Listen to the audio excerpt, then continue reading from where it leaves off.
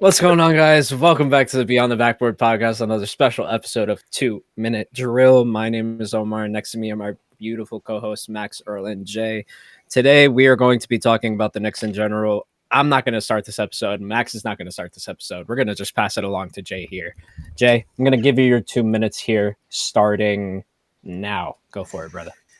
Man, where do I begin, y'all? One of the most epic endings to a game I've ever seen live. The Pacers did it not once, not twice, but thrice. This playoffs alone, they came back again while down 7+ points in the final minute of a game against the Knicks, man. In the game where the Knicks had complete control of the fourth quarter. They were up at one point by 14 points, led by Jalen Brunson, who ended up with 43 in this one.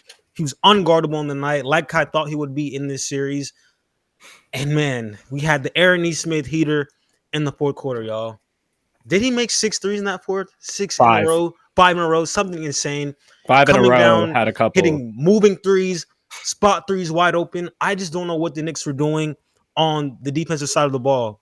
Like Reggie Miller, I don't know if you guys were listening. Reggie Miller and Van Gundy were saying the whole fourth quarter, the Pacers have to stay in this game by getting stops because they're scoring on every possession. And it just came to the point where the Knicks offense got stagnant.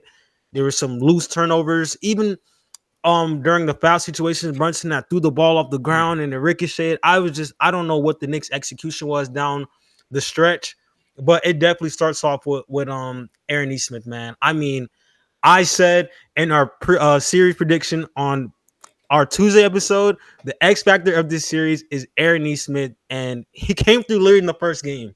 I didn't think his offense would be like this, 8 for 9 from the three, but he came with it very first game, man. And Tyrese Haliburton, the shot to go in overtime. I mean, you guys still hear me? Yeah, we can hear you, brother. My screen has disappeared. But yeah, he comes down, last shot. He does his weird crab dribble where he just dribbles around, not even doing any dribble moves, goes to the paint, goes back out, and just throws up a prayer. It bounces up, drops and in. We're done with our 2 minutes and that's there. it for the Knicks. Yep. Earl, your 2 All minutes right. start now. I'll take it over. First of all, I'll say absolutely masterclass by Jalen Brunson. That Pacers team put every single defender on that roster on Jalen Brunson, and they could do absolutely nothing. I watched them walk down. They even put in what was his name? Ben. I forget his last name. Ben Shepherd. Ben Shepherd just magically comes in the game. They spawn him in. Go guard Jalen Brunson. You haven't played in a whole round. Go do it. Gets cooked almost every single time. So I'll give Brunson his flowers. I'll also give Karl Anthony Towns his flowers. I said also going into this series, there was a couple X factors on each side. Mine were Pascal Siakam and Karl Anthony Towns, and Karl played absolutely amazing offensively in my opinion. He started the game off hot from three. I think they said he made the most threes in this game that he did last series or something crazy like that, which was honestly impressive. Great game from the Knicks. I think even with the foul trouble, like when Brunson got into foul trouble, they did a good job of like maintaining and building on that lead. So to be completely honest, I assumed the game was probably going to be over, but like Jay said, like Reggie Miller, they kept saying if the Pacers get stops, they can't trade buckets, and then all of a sudden, Aaron Nesmith, bro, I'm sorry, I just don't know how to describe what I watched. Like I was watching the game with my dad, he had kind of fell asleep a little bit, so I was like, I'm let him go to sleep. Long day at work, whatever. Aaron Nesmith hits 1-3. I'm like, okay, it's getting kind of close. Boom, Aaron Nesmith pulls up. Left wing or something like that. Boom, hits another one. I'm like, okay, it's getting a little bit weird. All of a sudden, couple threes later, I tell my dad, I was like, hey, you got to wake up. This game's getting crazy. Aaron Nesmith hits like a crazy pull-up contestant. I'm like, surely that's not going in. Then you hear like the bang. Oh, my goodness, a 2-point game. Then I'm watching it. And then surely I see the missed free throws. And then Tyrese Haliburton, I think he's just going to take the layup because, I mean, that's what you think. You go take the layup. Pulls out for three, doesn't make it, obviously, but OT, whatever. Crazy game. Gotta cut you off there, brother. Yeah. Max, me or you, bro? You. So much to talk about with this game, bro. It's so much, yeah. Bro. All right. 2 minutes here. Disappointment to say the least. The Knicks had all of the control going into that fourth quarter, and the Pacers show why they are one of the best teams in the playoffs currently. They can climb those early 20-point leads like it's nothing. The Knicks went on a run. The Pacers went on a run back. Knicks went on another one. Pacers went on another run back. It was one of those games where neither team seemed like they could really stop each other, and the defense was really lackluster on both sides. With that being said, OG Anunoby, I'm banning you from taking a three-pointer for the rest of the goddamn playoffs. I do not care what your percentages are. You suck. You cannot make an open three-pointer. You literally get paid $212 million to make open threes, and you cannot do that. Get off my court.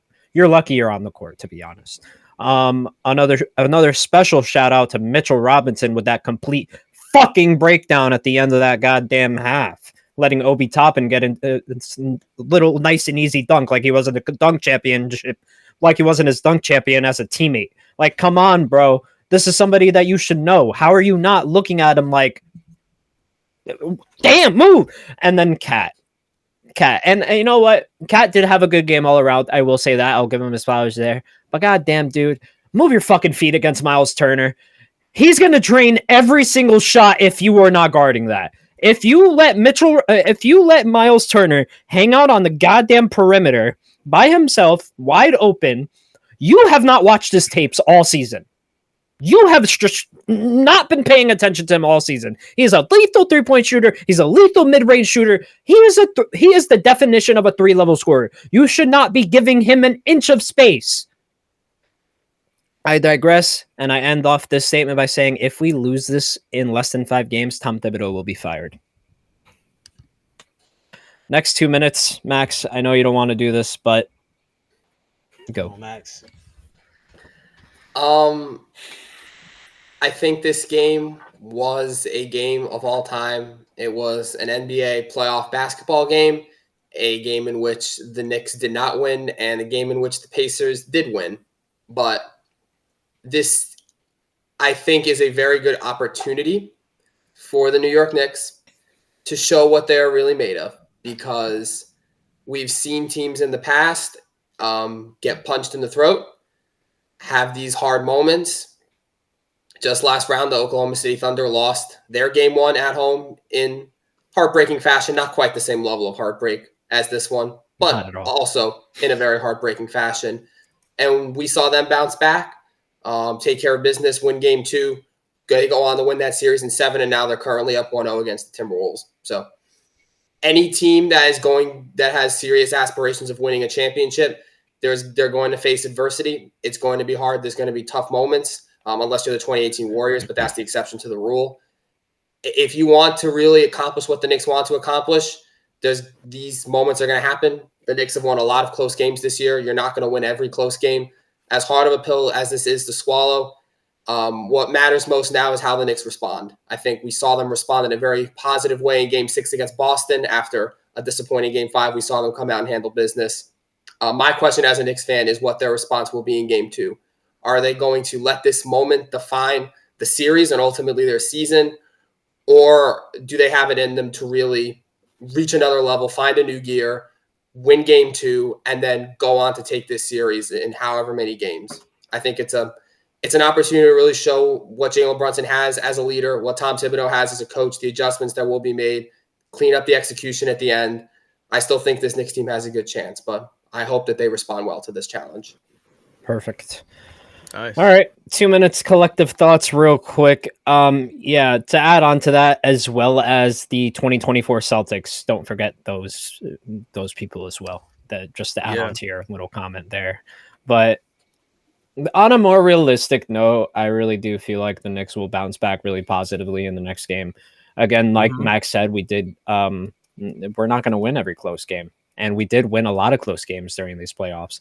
And a part of me is saying that a part of me is looking at the Knicks and saying that they're gassed, but another part of me is looking at the Knicks and saying, "Oh, they're just gassed right now.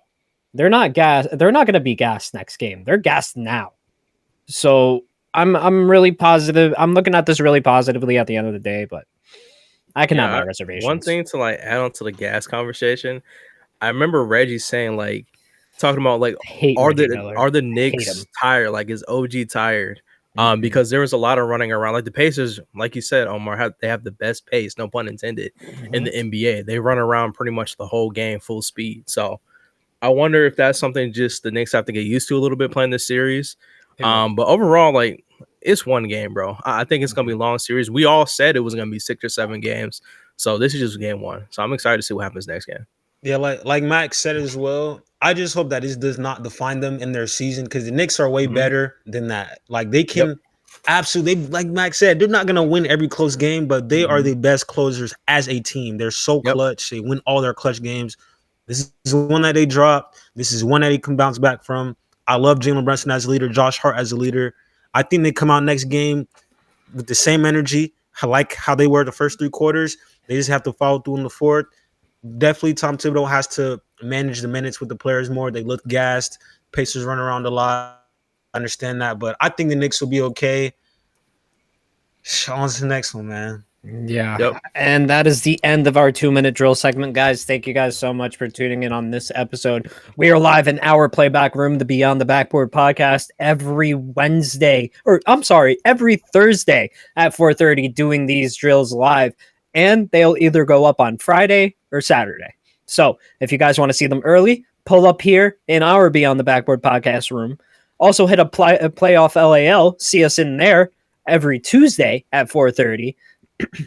And then see us on the podcast on YouTube every single day.